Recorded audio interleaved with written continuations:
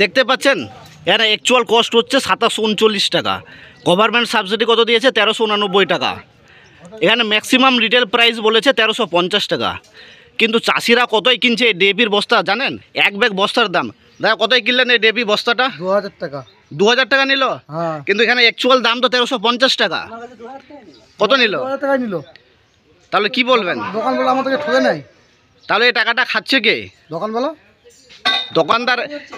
আমি এগ্রিকালচারের সমস্ত ডিপার্টমেন্টকে বলতে চাইবো, এই যে এত টাকা 650 টাকা এক ব্যাগে বেশি নিচ্ছে, এই টাকাটা যাচ্ছে কার কাছে? দোকানের কাছে। দোকানদার থেকে শুরু করে ডিস্ট্রিবিউটার, ডিলার সবাই খাচ্ছে। আপনাদেরকে আমি অনুরোধ করবো এদিকে যেন ধ্যান দেন। চাষিরা যদি এক ব্যাগে 650 টাকা বেশি দেয়, তাহলে চাষবাস করে কি তারা বাঁচবে না মরবে? সব কালোবাজারি হয়ে যাচ্ছে। আর এখন দেখা যাচ্ছে আর এক ব্যাগ ভুট্টা কোথায় কিনেছিলেন? 3000 টাকায়। 3000 টাকায়। দাম কত ছিল? 2799 টাকা। হ্যাঁ, আর অনেক জায়গায় 3500 টাকাও বিক্রি হচ্ছে। আমিও নিয়েছিলাম আবার কিছুদিন আগে।